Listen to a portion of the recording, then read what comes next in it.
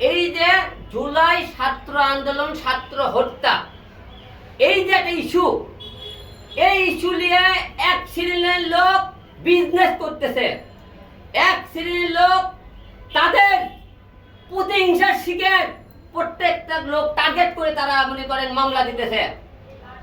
আমার কথা, গত 2 বছরে হিরো আলমের মনে ছাত্র আন্দোলনের কোনো মামলা হলো না, আজকে কেন মামলা আমার নামে হলো? এতদিন তারা কি দেখেনি হিরো আলমের নামে মামলা? আজকে কেন আমার নামে মামলা হলো? অবশ্যই এটা প্রতিহিংসার শিকার কোন একটা চক্র হিরো আলমকে জুলাই ছাত্র হত্যা মামলার আসামি করেছে, আমি সহ 28 জন। আমার একটা প্রশ্ন, এই দেশের বাংলাদেশের মানুষ, আপনারা যারা টিভি মিডিয়া এবং যারা ফেসবুক ইউটিউব দেখেছেন, নিউজ দেখেছেন, আপনারা প্রত্যেকটা বার দেখেছেন আমি হিরো আলম 70 পদে কথা বলার জন্য কয়বার মার খেয়েছি, আপনি দেখেন না?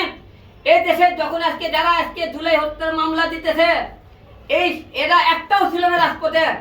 যখন আওয়ামী লীগ সরকার ছিল এই দেশে, রাজত্ব করছে, সকলে এদেরকে আমরা খুঁজে পাইনি। কিন্তু আজকে যখন আওয়ামী লীগ সরকার আমলে এমন কোন এমপি মন্ত্রী নাই ফাইট করেনি, প্রধানমন্ত্রীর সাথে পর্যন্ত ফাইট করছে, তার বিনিময়ে কিন্তু মার খাইছে, আপনারা দেখছেন।